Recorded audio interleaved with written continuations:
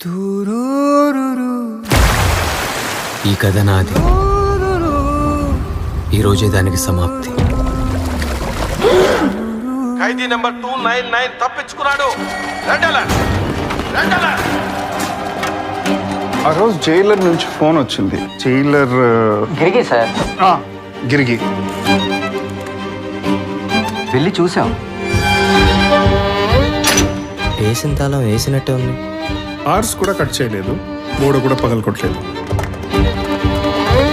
చుట్టూ 20 అడుగుల గోడ, ఆ పైన కరెంటు. బాగానే ప్లాన్ చేశాడు. అసలు ఎలా ప్లాన్ చేశాడ్రా?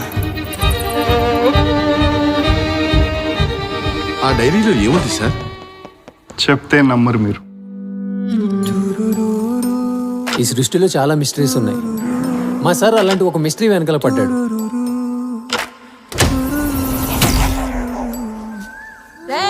సాయంకాలం త్వరగా రా. నీకు రావు సారే కాదు, ఇంట్లో నేను ఉన్నా. వెళ్తున్నావుగా, అమ్మ కాళ్ళకి నమస్కారం చేసుకొని పోరా, మంచి జరుగుతుంది. ఓ, ఈ పంచలకేం తక్కువ లేదు. కొన్నిసార్లు మీరు ఎక్కడికైనా వెళ్ళినప్పుడు లేదా ఎవరైనా కలిసినప్పుడు ఆ ప్లేస్, ఆ సరౌండింగ్స్, ఆ సిచ్యువేషన్స్ ఇంతకుముందు ఎప్పుడు జరిగినట్టు అనిపిస్తుంది. మిగిలిన చూడు, జరగకుండా జరిగినట్టు అనిపించేది ఒకటి ఉంది కదా, ఆ ఎంప్టీ స్పేస్. చెప్తే నమ్మరు. ఖచ్చితంగా నమ్మరు. ఆ ఎంప్టీ స్పేస్ మిగిలిగడంతా చూసాడయ్యా. ఆ ఊర్లో వాళ్ళు ఏం చేస్తున్నారో ఎవరికి సరిగా తెలియదు.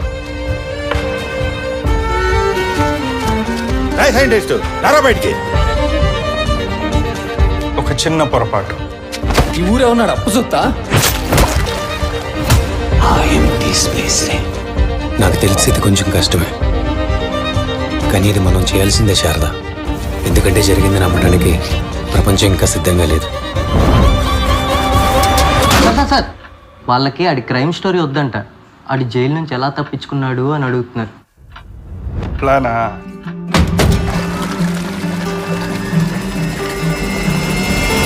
ఇది అంతమో ఆ